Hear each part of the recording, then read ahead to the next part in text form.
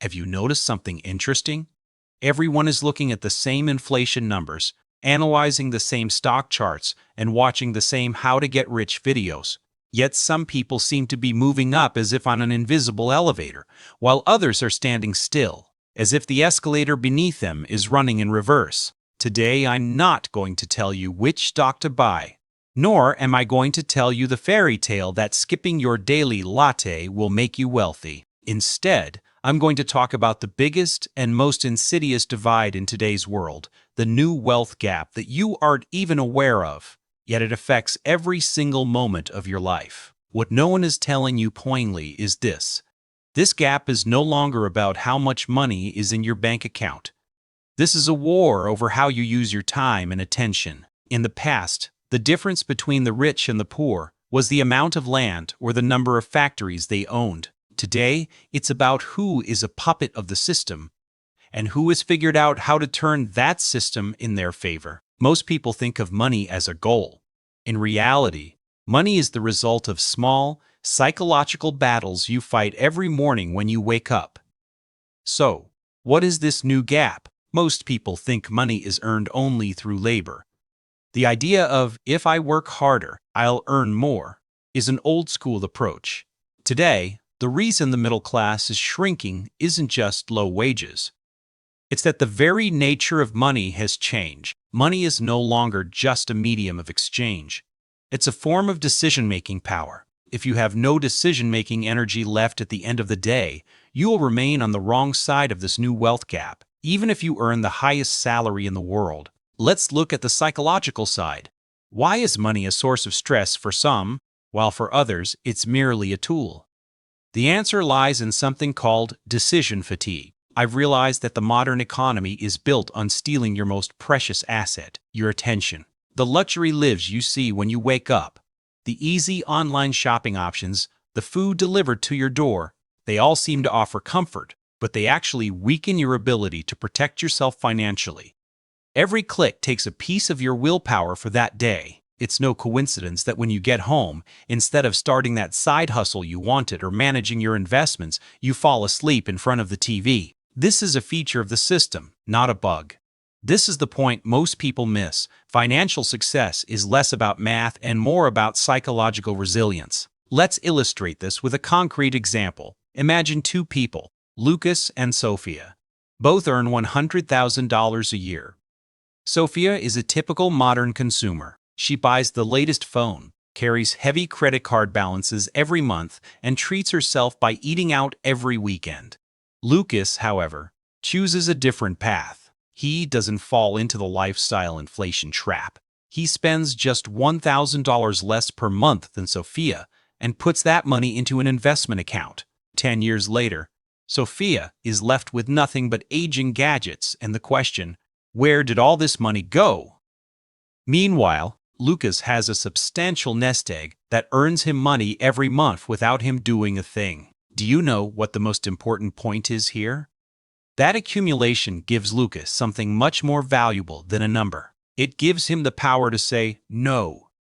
No to a job he hates. No to an unwanted responsibility. This is the new wealth gap. On one side, those who have money but no options.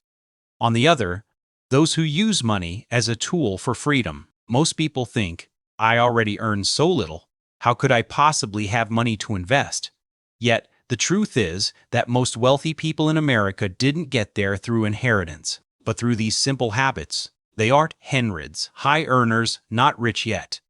Would you rather be someone who earns a lot and spends it all? Or someone who earns less but secures their future? The system will constantly encourage you to spend. Because a person who spends money is the system's best customer. Think of a real-life example. Suppose you live in America, and you postpone things like your 401k, saying, I'll think about it later. Have you ever calculated how much just a few years of delay takes away from your retirement savings? This isn't just a calculation error, it's a loss of opportunity. Most people spend hours researching small discounts while failing to realize that every day they don't save, they are missing out on thousands of dollars in potential returns. We are making a huge mistake. We view money as something that disappears once it's spent. In reality, Money is a seed that grows when planted. If you eat the seed, you only satisfy your hunger for that moment. But if you plant it, one day you will rest comfortably under the shade of that tree. Today, most people are conditioned to eat their seeds out of fear of going hungry. But once you cross that critical threshold, once your investments start making money for you, the rules of the game change entirely. You no longer work for money. Money starts working for you. So, how do we escape this cycle? This is where a strategic shift in perspective is required. I've realized something. Most people measure wealth by the things they own. A massive house, the latest car, expensive clothes. But I believe true wealth is measured by the length of the list of things you don't have to do. If you can wake up without an alarm, say no to a meeting you don't want to attend, and spend time with your children without asking anyone for permission, you are on the other side of that gap regardless of the amount of money in your bank. The reality is this. What we call the American dream is now just an illusion built on consuming more. Advertisements don't tell you, if you buy this, you'll be happy. They actually scare you by saying, if you don't buy this, you'll be incomplete. Under this psychological pressure, most people make financial decisions not through logic, but to look good in the eyes of others. That slight sting of envy you feel when you see your neighbor's flashy new car? That's the system trying to pull you back into the gears of consumption. What no one tells you is this. Your neighbor inside that car is likely struggling to make it to the end of the month, and that shiny car is actually the heaviest shackle on their ankle. The biggest mistake people make is thinking that investment only means the stock market or buying a house.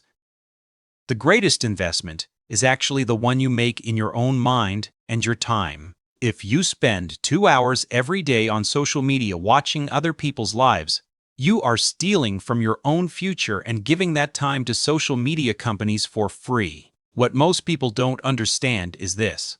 Your attention is more valuable than your stocks. Because wherever you direct your attention, your money follows.